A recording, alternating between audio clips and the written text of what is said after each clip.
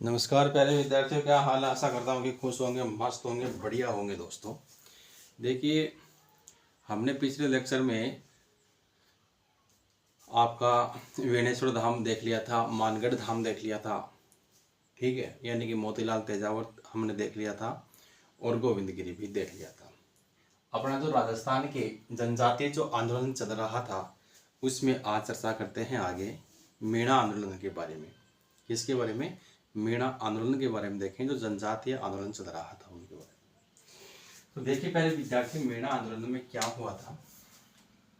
अगर आपसे कोई ये पूछे कौन मीणा आंदोलन की भूमिका के अंतर्गत, अब सबसे पहले आप लिखो भूमिका। अब एक दो दिन से क्लास नहीं आई है और आगे से जारी रहेगी क्लासें। भूमिका देखिएगा, सबसे अधिक अगर मीणा आपसे पूछा जाए कि सबसे अधिक मीणा जो कास्ट थी वो राजस्थान के किस जिले में निवास करती होगी, तो लिखो सबसे अधिक जो मीणा थे वो जयपुर में थे। कहाँ थे? सबसे अधिक, यानी कि सर्वाधिक में अगर लिखूं, सर्वाधिक मीणा जयपुर में थे दोस्तों। और जयपुर में ये मीणा ढूढ़ाड़ क्षेत्र में अपना है शासन किया करते थे। जयपुर के ढूढ़ाड़ क्षेत्र में ये मीणा शासन किया करते थे। हुआ क्या प्यारे विद्यार्थियों, 1137 ईस्वी में दुल्हे राय तेजगढ़ का नाम आता है। इसमें 1137 करो, यानी कि 1137 में दुल्हे राय तेजगढ़ ने 1137 में दुल्हे राय तेजगढ़ दुल्हे राय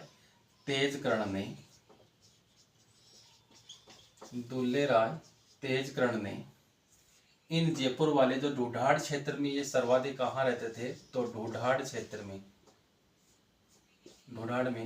तो ढूढ़ाड़ क्षेत्र में जो मीणा रहते थे, दुल्हे राय तेजगढ़ ने 1137 में, कब? 1137 में हरा दिया गया। 1137 में दुल्हे राय तेजगढ़ ने जो ढूढ़ाड़ क्षेत्र में जो मीणा रहा करते थे उनको हरा दिया, यानी कि ये लोग ढूढ़ाड़ क्षेत्र के ऊपर अपना शासन संचालित कर रहे थे। मीणा लोग जो थे ढूढ़ाड़ क्षेत्र में अपना शासन कर रहे थे, ठीक है। हुआ क्या प्यारे विद्यार्थियों, जब दुल्हे राय तेजगढ़ ने 1137 में इन ढूढ़ाड़ क्षेत्र के ऊपर आक्रमण किया और दुल्हे राय तेजगढ़ ने क्या किया, कछवा वंश की स्थापना की थी। यहाँ से कौन से वंश की? कछवा वंश की स्थापना कर डाली। ढूढ़ाड़ क्षेत्र से मीणाओं को हराया और कछवा वंश की स्थापना की। कौन सा वंश की? कछवा वंश की स्थापना की। कछवा वंश की स्थापना कर देता है कौन? दुल्हे राय तेजगढ़। एक बार थोड़ी सी मार्केट में स्टेक डाल लेता हूँ। दुल्हे राय तेजगढ़ ने कछवा वंश की स्थापना की थी। जब कछवा वंश की स्थापना की किसने? दुल्हे राय तेजगढ़ ने। जयपुर के ढूढ़ाड़ क्षेत्र पर आक्रमण करके दुल्हे राय तेजगढ़ ने 1137 में कछवा वंश की स्थापना की थी। अब बेचारे मीणा जाए तो कहाँ जाएगा दोस्तों? अब मीणा जो है कौन? मीणा है अपना शासन संचालन करने के लिए कहाँ चले जाते हैं? शासन कहाँ था इनके पास जब इनको हरा दिया गया था या ढूढ़ाड़ क्षेत्र से? तो मीणा लोग जो क्षेत्र है ढूढ़ाड़ क्षेत्र में कछवा वंश की स्थापना हो जाती है, यानी कछवा वंश का शासन हो जाता है। दुल्हे राय तेजगढ़ ने यह शासन स्थापित किया था। अब मीणा जो है अपना जीविकोपार्जन के लिए ये आधार इस ढूढ़ाड़ क्षेत्र से पलायन करते हैं और पलायन करके ये लोग कहाँ चले जाते हैं? ये पहाड़ों की तरफ चले जाते हैं। किधर को? ये लोग पहाड़ों की तरफ पलायन कर जाते हैं। मीणा लोग पहाड़ों की तरफ पलायन कर जाते हैं। अब अपना पहाड़ों की तरफ चले निकल गए, यहाँ से ढूढ़ाड़ क्षेत्र को छोड़ दिया मीणाओं ने और पहाड़ों की तरफ में निकल गए, यानी कि ऊंचे ऊंचे टेलों में, वो पहाड़ी क्षेत्रों में चले गए अपना जीवन यापन करने के लिए। हुआ क्या, जब 1137 में इसको दुल्हे राय ने इनको हरा दिया और पहाड़ों में ये चले गए मीणा, फिर अपने जीविकोपार्जन के लिए, किसके लिए? जीविकोपार्जन के लिए, अर्थात अपने जीवन यापन करने के लिए, जीवन यापन करने के लिए इन्होंने क्या रास्ता निकाला कि चोरी डकैती करना स्टार्ट कर दिया दोस्तों। क्या करना? चोरी डकैती करना शुरू कर दिया।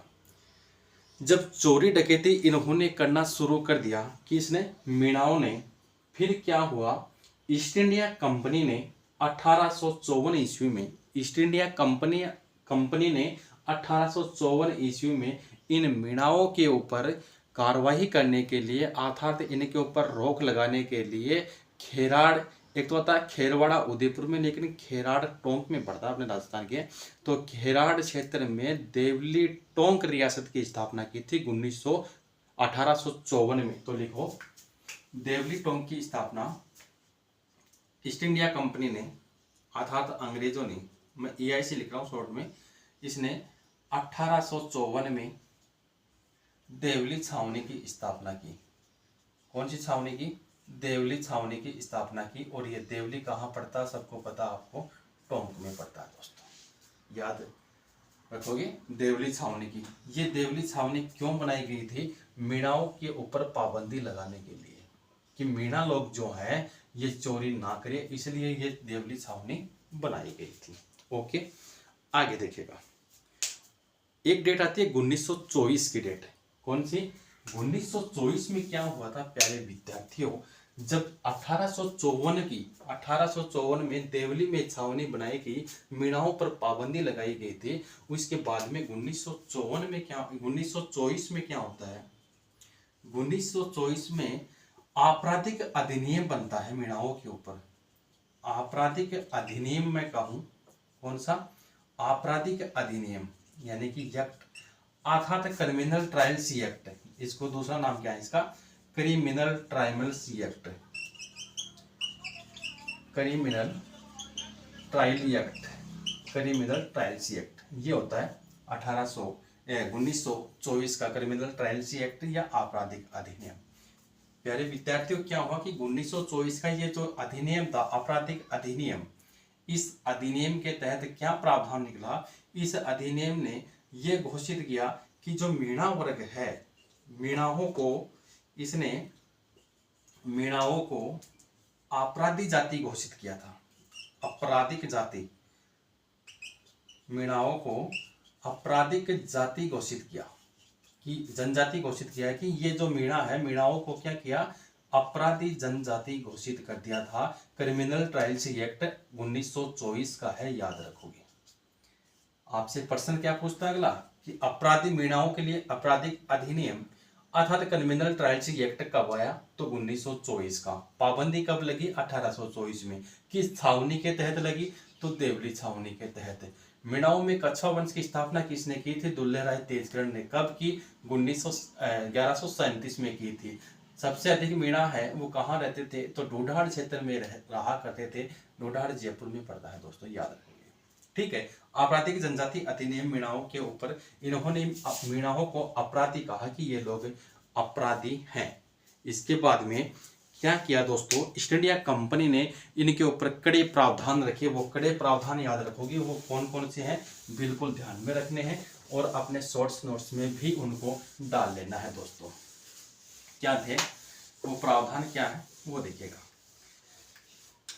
अब ईस्ट इंडिया कंपनी ने इनके ऊपर 4 प्रावधान रखे।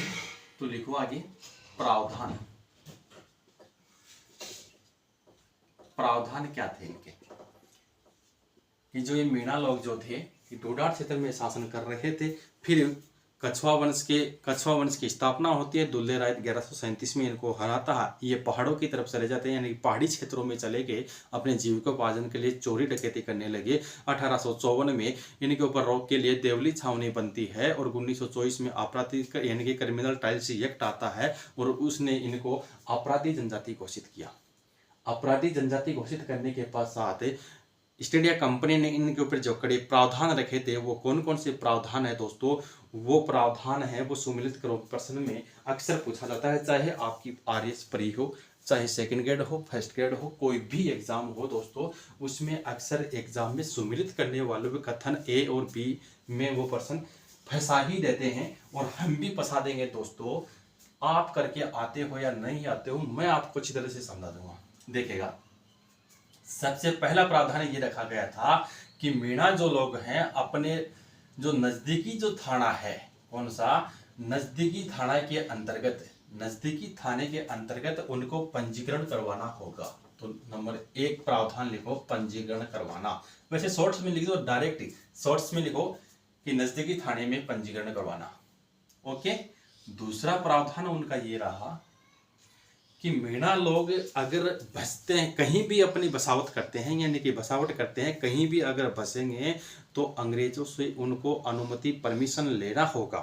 तो बसने के लिए अंग्रेजों से परमिशन, देखो बसने के लिए मीणा लोग बसने के लिए अनुमति लिखता हूं मैं हिंदी में, अनुमति, बसने के लिए अंग्रेजों से अनुमति या ईस्ट इंडिया कंपनी से अनुमति दोस्तों। ओके, तीसरा देखेगा, तीसरा प्रावधान क्या था कि सभी मीणाओं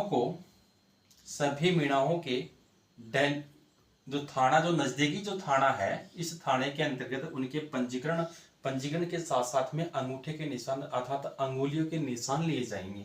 तो लिखो तीसरा प्रावधान, थाने में अंगुलियों के निशान लिए जाएंगे, सभी मीणाओं के लिए अंगुलियों के निशान, थाने में अंगुलियों के निशान लिए जाएंगे दोस्तों। ओके, तीसरा पॉइंट लगाओ, यानी कि तीसरा प्रावधान अपना क्या है, चौथा प्रावधान ये रहेगा, अगर कोई भी मीणा, चौथा प्रावधान ईस्ट इंडिया कंपनी ने ये बनाया, अंग्रेजों ने ये बनाया कि कोई भी मीणा अगर अपने घर से बाहर कहीं भी जा रहा है तो अंग्रेज अधिकारियों से अनुमति लेना जरूरी है उनको। तो चौथा प्रावधान लिखो, घर से बाहर जाने के लिए परमिशन, क्या परमिशन दोस्तों, याद रखोगे। ओके, आगे देखो, परमिशन हो गया, घर से बाहर जाने के लिए परमिशन या फिर अनुमति। आज मार्कर बहुत ज्यादा मोटा लेके आया हूं क्योंकि आपको दिखाई नहीं देता है ना, इसलिए मोटा है थोड़ा। अब देखिएगा, घर से बाहर जाने के लिए अंग्रेजों से अनुमति लेना होगा। क्लियर, ये थे ईस्ट इंडिया कंपनी के मीणाओं के ऊपर बनाए गए प्रावधान। आगे देखिएगा, इन प्रावधानों के पश्चात क्या होता है दोस्तों, अब आता है 1930 का जराइम पेशा कानून, जिसको दादरी अधिनियम भी कहा जाता है। कौन सा अधिनियम, दादरी अधिनियम। यहां तक भी ठीक ही था, लेकिन सबसे भयंकर जो आएगा अब वो दादरी अधिनियम आएगा, यानी कि 1900 ये आपका जराइम पेशा कानून जो है 1930 का वो आएगा। और उनके लिए क्या है कि भयंकर कड़े जो इनके नियम लग जाते हैं मीणाओं के ऊपर, वो सहन नहीं कर पाते हैं। तो लिखो आगे, 1930 का जराइम पेशा कानून, कौन सा, आगे लिखो 1930 का जराम लिखना, जराइम है ये, जराइम, 1930 का जराइम पेशा कानून, जराइम पेशा कानून, 1930 का जराइम पेशा कानून, यानी कि एक्ट बोले तो, या मैं इसको दादरी अधिनियम भी कह सकता हूं। कौन सा अधिनियम, दादरी एक्ट, कानून या अधिनियम, ठीक है। ओके, 1930 का जराइम पेशा कानून या दादरी अधिनियम। देखिए दोस्तों, देखेंगे जराइम पेशा कानून के अंदर, मैं एक बार मार्कर भी देख, ये पीछे से चेक करना पड़ता है, शायद डायरेक्ट, एक तो लाइट आ रही है सामने, हाँ कोई बात नहीं, मैं बस समझा रहा हूँ दिक्कत का है। मतलब कहने का मतलब आपको केवल समझना है, बोर्ड पे क्या लिखा है क्या नहीं लिखा है उनको आपको मैं बोल रहा हूँ, डायरेक्ट अपने कॉपी में नोट कर दो। जराइम पेशा कानून क्या था, तो लिखो दोस्तों, इस कानून के तहत क्या हुआ, जो ये काम चल रहा था, इस कानून के तहत 12 वर्ष से अधिक ये जो कानून आया, इसके बाद कर रहा हूं, 12 वर्ष से अधिक उम्र की, 12 वर्ष से अधिक उम्र बोला जाता है इसको, उम्र की स्त्री पुरुष, 12 वर्ष से अधिक उम्र के स्त्री पुरुष हो, स्त्री हो चाहे बच्चे हो, कहने का मतलब स्त्रियों को, मैं लिख देता हूं, स्त्रियों को, बच्चों को, चाहे वो बच्ची हो चाहे बच्चों हो, सभी को रोजाना हाजिरी देना पड़ेगा थाने के अंतर्गत। तो रोजाना हाजिरी देना। ओके। 12 वर्ष से अधिक उम्र के स्त्री बच्चों को, स्त्री और स्त्रियों मीणाहों की 12 वर्ष से अधिक उम्र की मीणाहों की स्त्रियों और बच्चों को हाजिरी देना पड़ेगा नजदीकी थाने के अंतर्गत। अब बताओ दोस्तों, संघर्ष तो होना ही था, आंदोलन तो होना ही था कि रोजाना कौन जाएगा बेचारा, काम करें कि यहाँ थाने में चक्कर रोज नहीं लगाएं। दोस्तों आज क्या है कि पेशी पे जाना तो वकीलों से करवाते हैं, पेशी पे जाने का काम तो ये बेचारा रोज करना पड़ता है। अब देखिएगा अब क्या होता है आगे। अब इसका विरोध करने के लिए 1933 की डेट आती है, वो भी याद रखोगे। 1933 में इन मीणाओं ने क्या किया दोस्तों, जो आपका जराहिम चल रहा था, कौन सा जराहिम पेशा जो चल रहा था, कौन सा जराहिम पेशा, मैं जयराम लिख देता हूँ, तो जराहिम पेशा जो चल रहा था इसका विरोध करने के लिए 1933 में क्या बनाई, एक समिति का गठन किया था जराहिम पेशा का विरोध करने के लिए, विरोध करने के लिए समिति का गठन, विरोध करने के लिए क्षेत्रीय महासभा बोल दो आप या उनको, विरोध करने के लिए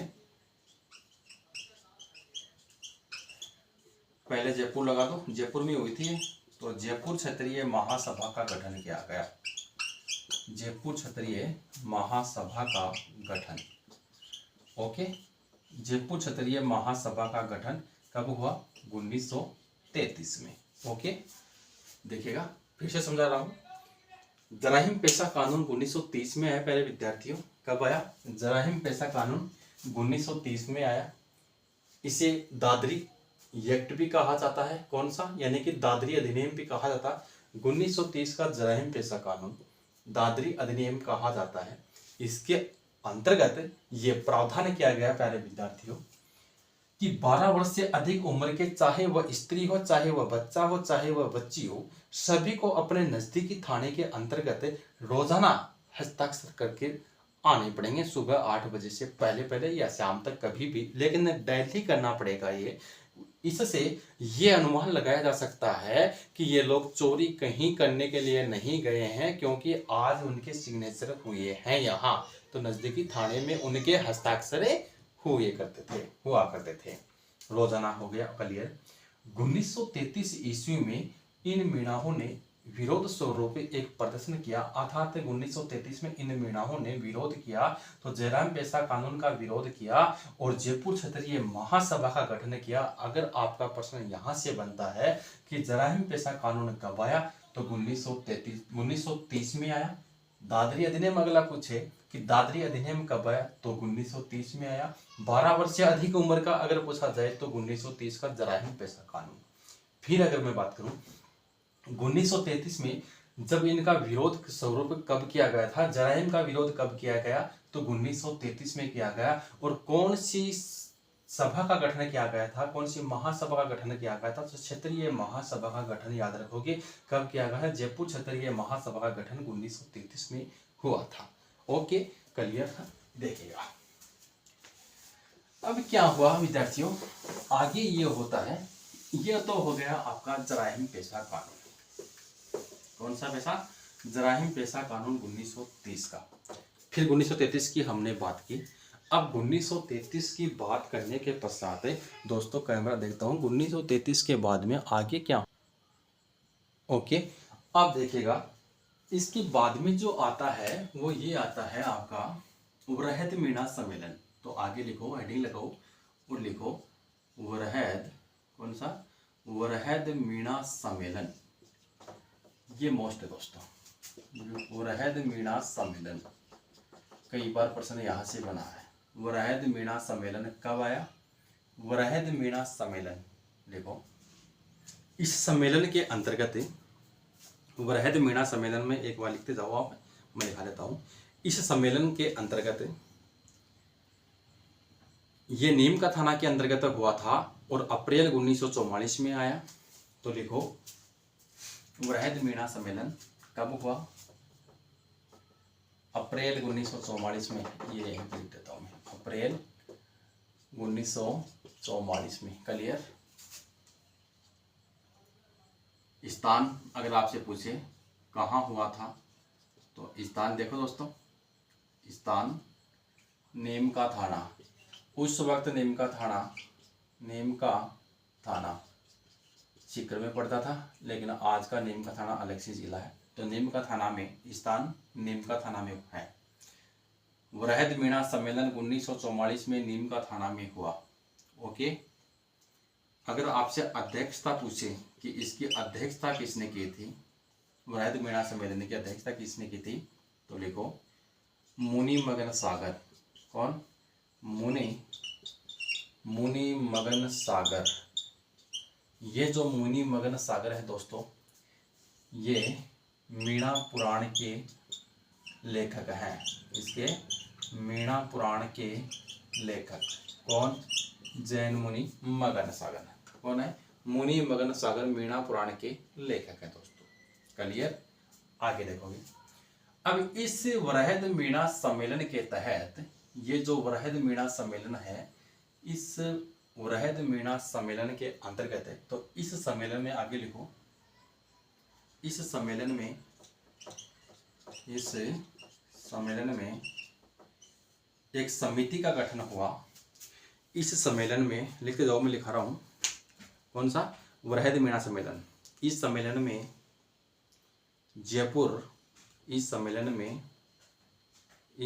में जयपुर मीणा राज्य सुधार समिति का गठन किया गया, जिसका अध्यक्ष बंशीधर बनता है। कौन बनेगा? जिसका अध्यक्ष है वो बंशीधर है। तो लिखो जयपुर राज्य मीणा सुधार समिति, जिसका अध्यक्ष बंशीधर शर्मा। कौन है? पंडित बंशीधर शर्मा जिसके अध्यक्ष हैं। अब जयपुर राज्य सुधार समिति का गठन, पहला गठन कब हुआ था, तो लिखो सम्मेलन। इस सम्मेलन के तहत जयपुर राज्य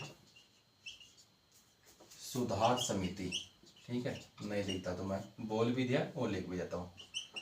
सुधार समिति, जयपुर राज्य सुधार समिति का गठन, जयपुर राज्य सुधार समिति का गठन किया गया। जयपुर राज्य सुधार समिति का गठन, इस सम्मेलन के तहत जयपुर राज्य सुधार समिति का गठन किया गया, जिसका अध्यक्ष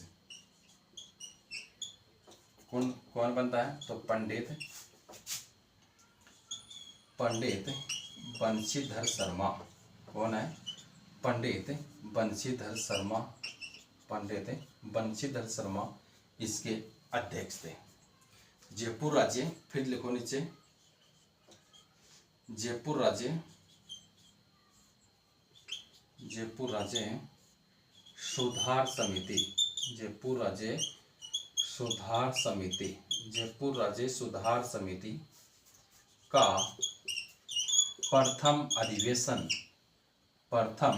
जयपुर राज्य सुधार समिति का प्रथम अधिवेशन पहले विद्यार्थियों कब हुआ, तो 1945 में हुआ।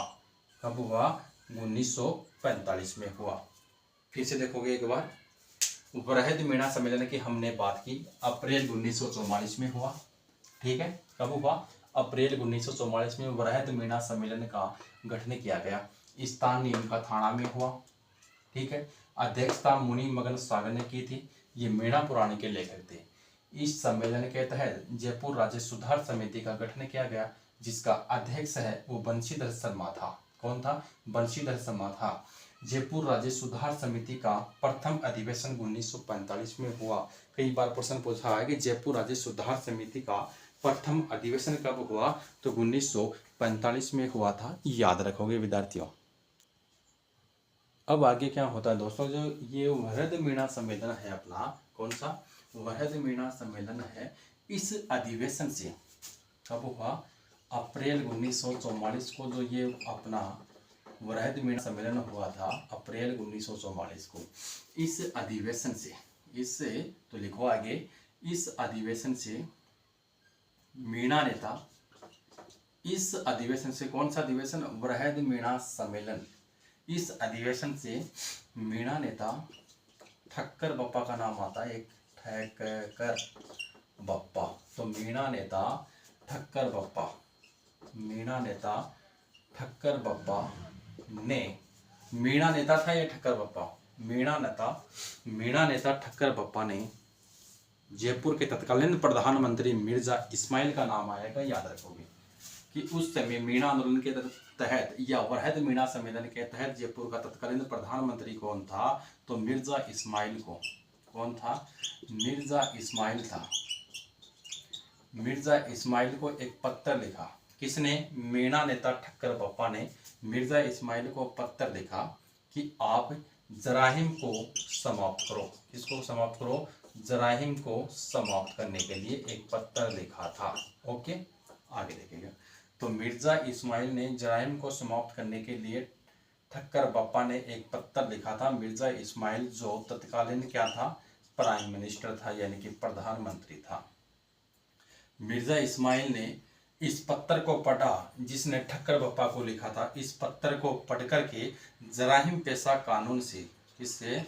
जराइम से केवल दादरी अधिनियम जो आता है, जराइम से केवल स्त्री पुरुषों को, केवल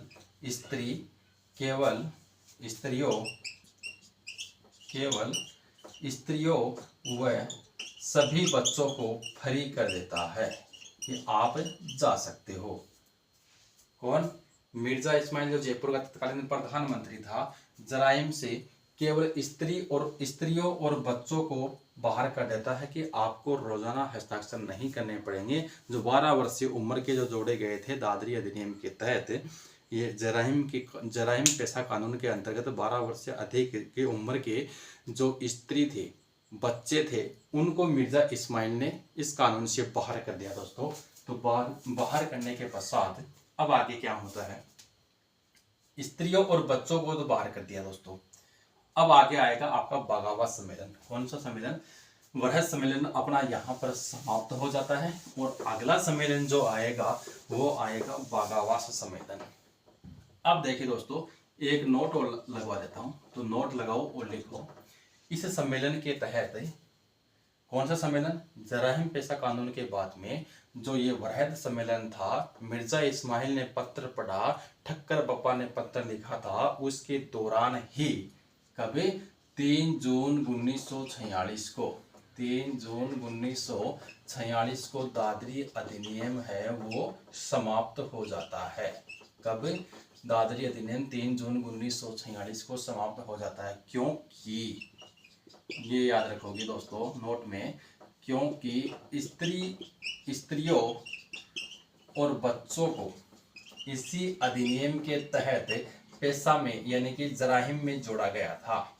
जराइम में इसी अधिनियम के तहत, दादरी अधिनियम के तहत जराइम पेशा कानून के अंतर्गत 3 जून 1946 को ये हट जाता है।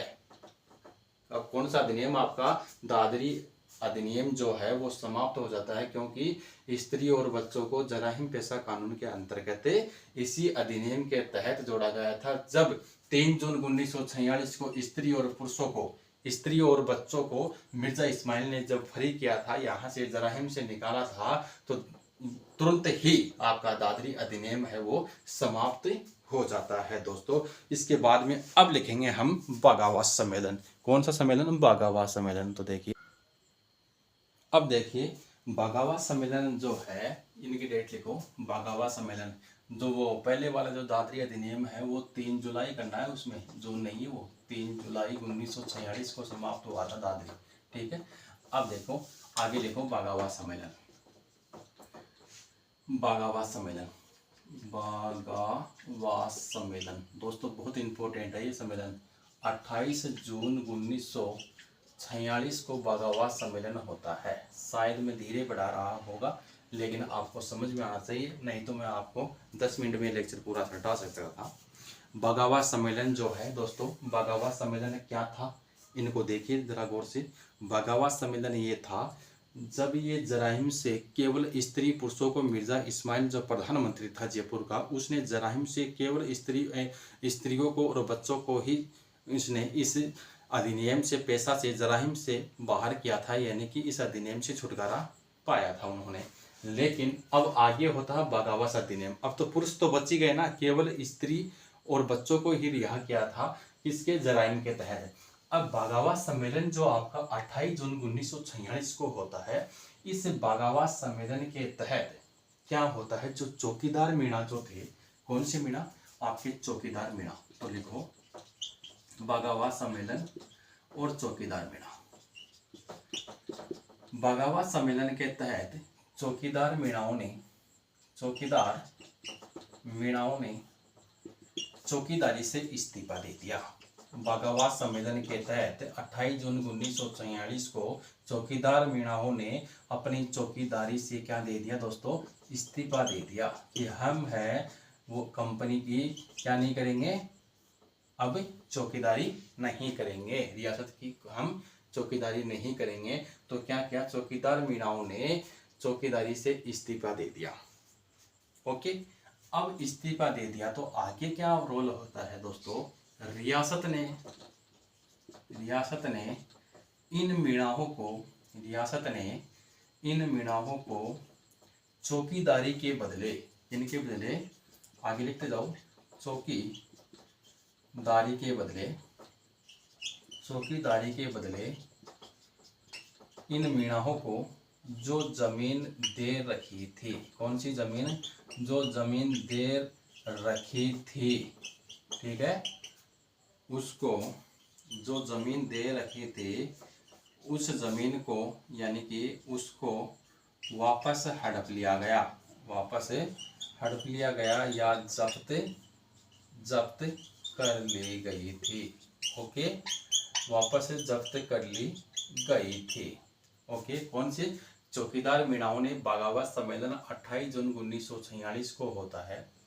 चौकीदार मीणाओं ने क्या किया कि अपनी चौकीदारी से इस्तीफा दे दिया। रियासत ने चौकीदारी के बदले जो इन लोगों को जमीन दे रखी थी, उस जमीन को वापस से जब्त कर लिया। क्या कर लिया, वापस से जब्त कर लिया। हुआ क्या दोस्तों, चौकीदार मीणाओं ने इस्तीफा देकर के, क्या, चौकीदार मीणाओं ने इस्तीफा देकर के 28 जून 1946 को 28 जून 1946 को चौकीदार दिवस मनाया गया था। कौन सा दिवस, 28 जून 1946 को वो क्या मनाते हैं, ये आपका दिवस मनाते हैं, कौन, मीणा जो है 28 जून 1946 को।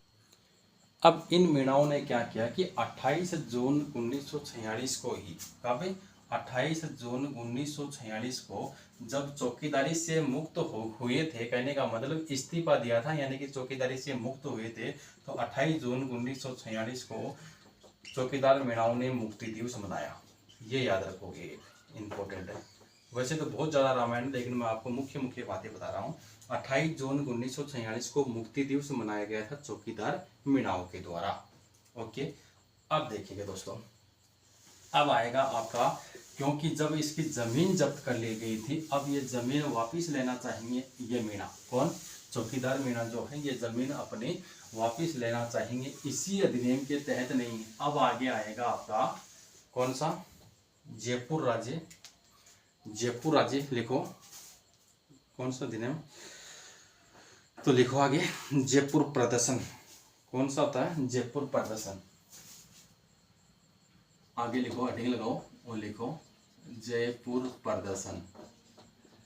दोस्तों, काम करूंगा ना वो पुख्ता करूंगा, कहने का मतलब यही है मेरा, कोई जल्दीबाजी नहीं होगी यहाँ, जितना काम करूंगा वो पुख्ता करूंगा। 6 जून 1946 को, 6 जून 1947 को, याद रखोगे, 46 नहीं है 47 है, बोल दिया 46। जयपुर प्रदर्शन होता है 6 जून 1947 को। क्या था जयपुर प्रदर्शन, याद रखोगे दोस्तों। जयपुर प्रदर्शन क्या था, जब इन चौकीदारी मीणाओं की चौकीदारी के बदले जो जमीन दे रखी थी, जब इसने इस्तीफा दिया और मुक्ति दिवस मनाया था, उसी दिन रियासत ने क्या किया, जो चौकीदारी के बदले जो जमीन दी थी उस जमीन को जब्त कर लिया था। लेकिन फिर जयपुर में प्रदर्शन करते हैं कौन, चौकीदार मीणा, जयपुर में प्रदर्शन करते हैं 6 जून 1947 को। 6 जून 1947 को अपनी दी हुई जमीन को, कौन सी जमीन, चौकीदारी के बदले रियासत ने जो इनको जमीन दी थी, उस जमीन को वापस लेने के लिए जयपुर प्रदर्शन हुआ था 6 जून 1947 को। केवल इतना ही याद रखना आप लोग, कितना कि जयपुर प्रदर्शन कब हुआ, 6 जून 1947 को। दोस्तों अगर कैसे भी प्रश्न आए, लेकिन मैंने आपको बता दिया कि जयपुर रियासत ने मीणाओं को चौकीदारी के बदले जो जमीन दे रखी थी उसको जब्त कर लिया था। इस जमीन को ये वापस प्राप्त करना चाहते थे, तब जयपुर प्रदर्शन हुआ था 6 जून 1947 को। ओके, आगे देखो दोस्तों, अब आता है 1952 की डेट। एक डेट याद रखोगी 1952 की। कौन सी डेट? 1952 को प्रधानमंत्री जे.एल. नेहरू ने एक तो आपका निर्वाचित मुख्यमंत्री, एक था मनोनीत मुख्यमंत्री, दोनों थे 1952 के बाद में देखिएगा। तो निर्वाचित मुख्यमंत्री एक तो था टीकाराम पालीवाल। कौन था? टीकाराम पालीवाल। ओके, टीकाराम पालीवाल के बाद में आएगा आपका हीरालाल शास्त्री। कौन सा शास्त्री? तो हीरालाल शास्त्री। टीकाराम पालीवाल और हीरालाल शास्त्री को 1952 में जवाहरलाल नेहरू ने आग्रह किया, इन दोनों को आग्रह किया, यानी कि इन दोनों को कहा कि, क्या कहा कि आप जराइम पेशा कानून को समाप्त कर दो। टीकाराम पालीवाल और हीरालाल शास्त्री ने जवाहरलाल नेहरू के कहने के ऊपर जराइम पेशा कानून को समाप्त कर दिया, जराइम को समाप्त कर दिया। ओके का समाप्त कर दिया। दोस्तों किसने किया? तो प्रश्न अगर आपसे पूछा जाए कि किसने समाप्त किया था जराइम पेशा कानून को और किसके कहने पर समाप्त किया था, तो 1952 में जवाहरलाल नेहरू के कहने के ऊपर टीकाराम पालीवाल, हीरालाल शास्त्री ने जराइम पेशा कानून को समाप्त किया था। कब किया था? तो डेट आ जाएगी वही आपकी 1952 की डेट। अब 2 प्रश्न है वो और लिख लो एक बार। एक प्रश्न तो ये था कि आदिवासियों को 2 प्रश्न है वो लिखते जाओ ऊपर। बिल्कुल 2 प्रश्न, बहुत इंपॉर्टेंट प्रश्न है, वो आपको नोट करवा देता हूँ, वो लिखो एक बार। अब देखो आगे ये मैं आपको बता रहा था 2 क्वेश्चन है। तो क्वेश्चन नंबर 1 लिखो। 1 नंबर क्वेश्चन तो ये है दोस्तों, आदिवासियों के लिए मैं लिख देता हूँ, आदिवासी जनजाति के लिए, अर्थात आदिवासियों के लिए बोर्ड पे दिखे या ना दिखे मैं आपको बोल के बता रहा हूँ। आदिवासियों के लिए लसाड़िया आंदोलन, कौन सा? लसाड़िया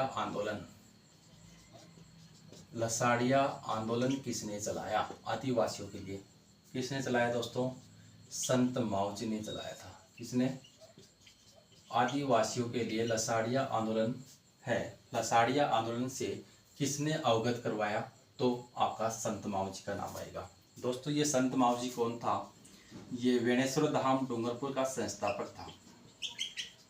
वेणेश्वर का संस्थापक था, यानी कि कौन? संत मावजी वेणेश्वर धाम डूंगरपुर का संस्थापक था। दोस्तों एक याद रखोगे, ज्योग्राफी एंगल से अगर देखा जाए तो वेणेश्वर धाम डूंगरपुर के अंतर्गत त्रिवेणी संगम बनता है। आपको पता होगा 3 नदियों का त्रिवेणी संगम, 3 नदियों का संगम बनता है। तो उनकी ट्रिक मैं आपको बता देता हूँ दोस्तों, याद रखोगे। माँ सोजा, कौन सी? उनकी एक ट्रिक है माँ सोजा। यहीं पर त्रिवेणी संगम बनता है। वेणेश्वर धाम डूंगरपुर के अंतर्गत त्रिवेणी संगम बनता है। माही, सोम, जाखम, माँ सोजा, माही, सोम और दोस्तों जाखम, ये 3 नदियों का त्रिवेणी संगम बनता है। ठीक है, कहाँ? वेणेश्वर धाम डूंगरपुर के अंतर्गत 3 नदियों का एक त्रिवेणी संगम बनता है। उसके बाद में अगला प्रश्न लिखो आप। अगला प्रश्न आपका ये है कि आदिवासियों को सबसे पहले आंदोलन से अवगत किसने करवाया? तो आदिवासियों को सबसे पहले जन जागृति, आदिवासियों में सबसे पहले जन जागृति का काम किसने किया दोस्तों? ये लिखो। तो धौलजी काका का नाम आएगा। 2 नंबर क्वेश्चन है, आदिवासियों में सबसे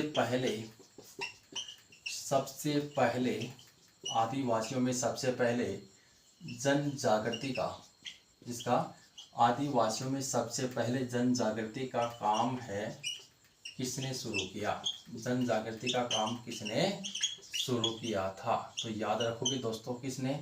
एक नाम आता है धौलजी काका। धौलजी काका है, न कि धौलजी काका मत कर देना, तो धौलजी काका, धौलजी काका। किसने? आदिवासियों में सबसे पहले जन जागृति का काम किसने शुरू किया था? किसने शुरू किया? तो धौलजी काका ने। बहुत इंपॉर्टेंट क्वेश्चन है, दोनों क्वेश्चन है, अलग से लिखते जाओ। ये था आपका आदिवासी आंदोलन के अंतर्गत मीणा जनजाति आंदोलन। मैंने पूरा प्रयास किया आपको समझाने का। अब आपने कितना ग्रहण किया है इसमें दोस्तों? 99% पर्सन यहाँ से फंस जाएगा। आप कर के आते हो या नहीं आते हो एग्जाम में, वो आपके ऊपर डिपेंड है दोस्तों। मेरा कहने का मतलब, आप किसी भी शिक्षक से पढ़ो, मेरे से नहीं, आप कहीं से भी पढ़ो, किसी भी बड़ी से बड़ी संस्थाओं से पढ़ो, लेकिन राजस्थान हिस्ट्री हो, चाहे आपके एंशिएंट हो, चाहे मॉडर्न हो, चाहे आपकी ओरल हिस्ट्री हो, चाहे मेटाबुलर कोई भी हो, कहने का मतलब कोई भी टॉपिक को पढ़ने का एक ही तरीका है। किसी भी टीचर से एक बार पढ़ो आप, किसी से, तो मैं आपको बताता हूँ ट्रिक थोड़ी सी पढ़ने की क्या ट्रिक है दोस्तों। किसी भी टीचर से आप पढ़ रहे हो, कहने का मतलब, तो किसी भी पढ़ने का फार्मूला, पढ़ने का तरीका, किसी भी टीचर से कोई भी टॉपिक एक बार अच्छी तरह से पढ़ लो आप, तो अच्छी तरह से क्लास ले लो। ठीक है, क्या ले ली आपने? क्लास ले ली। ओके, किसी भी XYZ, चाहे वह अच्छा पढ़ा रहा है, चाहे वह घटिया पढ़ा रहा है, चाहे किसी भी धुरंधर से आप पढ़ो, लेकिन पढ़ने के पश्चात किसी एक बुक से, किसी भी आपकी एक ऑथेंटिक बुक होगी दोस्तों, चाहे आपके 9th की SST ले लो, चाहे 10th की SST ले लो, और एक आपके जो सीनियर में चलती है, ये अपने माध्यमिक शिक्षा बोर्ड की सीनियर वाले, जो फर्स्ट ग्रेड की जो स्टूडेंट तैयारी कर रहे हैं फर्स्ट पेपर के लिए, और अपने हिस्ट्री के सेकंड पेपर के विद्यार्थी, उनके लिए बोल रहा हूँ। किसी भी एक बुक से एक बार उसी टॉपिक को एक ऑथेंटिक बुक से अच्छी तरह से पढ़ लो। एक बार टीचर से पढ़ लिया और दूसरी बार अपनी बुक से पढ़ लिया आपने। ओके, उसके बाद में आपको क्या करना, उसी टॉपिक का तीसरी बार प्रीवियस के जितने भी क्वेश्चन हैं, प्रीवियस के जितने भी ओल्ड क्वेश्चन हैं, कहने का मतलब जितने भी ओल्ड क्वेश्चन हैं, आपके आए हुए जो क्वेश्चन है पिछले एग्जाम के, बार बार उनका अभ्यास करो दोस्तों। बार बार अभ्यास करते जाओ आप। तो एक बार अभ्यास कर लिया, फिर क्या करना है, उसी टॉपिक को आपको कम से कम 7 दिन बाद में एक बार रिवीजन, क्लास नहीं, रिवीजन करो, अपनी बुक से कर लो। एक बार रिवीजन हो गया, फिर एक बार ये क्वेश्चन एक बार और देख लो। मैं कह रहा हूँ कि आपका क्लियर ही हो जाएगा 99%। फिर 1-2 महीने के बाद में जैसे भी आपका नंबर आए टॉपिक का, तो महीने 2 महीने बाद में वापस देख लेना। 90% आपका टॉपिक क्लियर हो जाएगा यहीं से दोस्तों। तो ये था अपना मीणा आंदोलन। अगर अच्छा लगे तो शेयर भी करना, लाइक भी एक बार दबा देना, कोई दिक्कत नहीं है, हमें तो लाइक भी कर देना। अगर लाइक भी नहीं करते तो पढ़ तो लो, और अपने दोस्तों के साथ में शेयर भी कर देना। ओके, धन्यवाद। पढ़ते रहो, लिखते रहो, खुश रहो, मस्त रहो दोस्तों।